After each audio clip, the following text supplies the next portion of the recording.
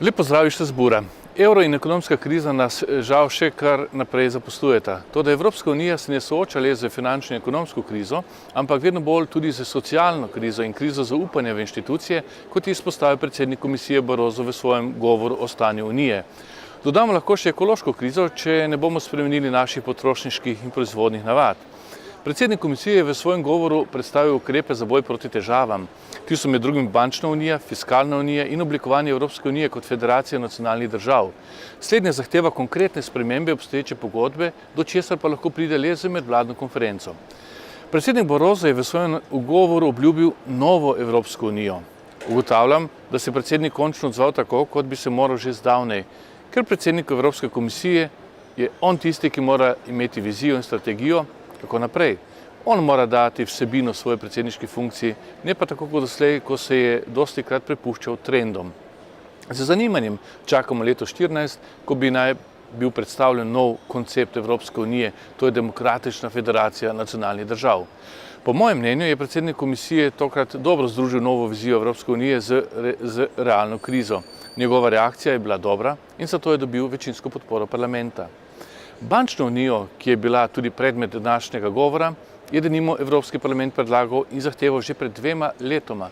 Toda, če želimo rezultate, potrebujemo resnično, ambiciozno in transparentno bančno unijo. Enotni mehanizem za nadzor je šele začetek te zgodbe. Pomembno pa je, da se bo končno povečala vloga Evropske centralne banke. Bistvenega pomena v tem trenutku je predvsem to, da v Evropski uniji združimo skupaj in sodelujemo. Sodelovanje pa prenaša obveznosti. In sprejete dogovore in obveze je treba spoštovati in izpolniti. Katerakoli skupnost je lahko močna, se razvija in raste le, če se vsak član prizadeva za njeno skupno dobro.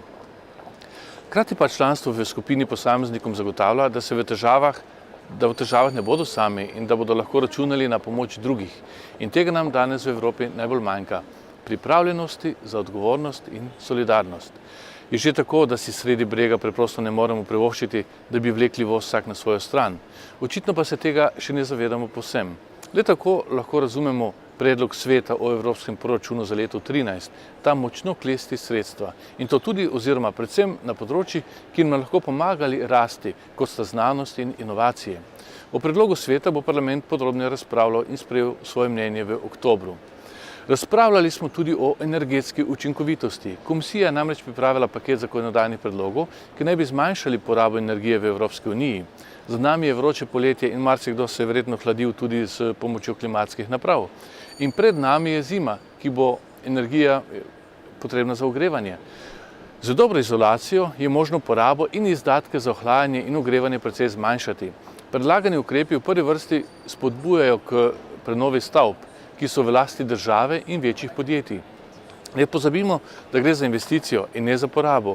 Investicijo, ki bo znižala mesečne izdatke za energijo, hkrati pa tudi ustvarjala delovna mesta in tako tudi pomagala k konsolidaciji javnih financ.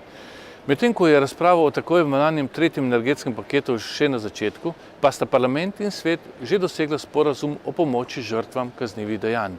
Osupljiv podatek je, da je kar 75 milijonov ljudi v Evropski uniji vsako leto žrtev raznih kaznivih dejanj.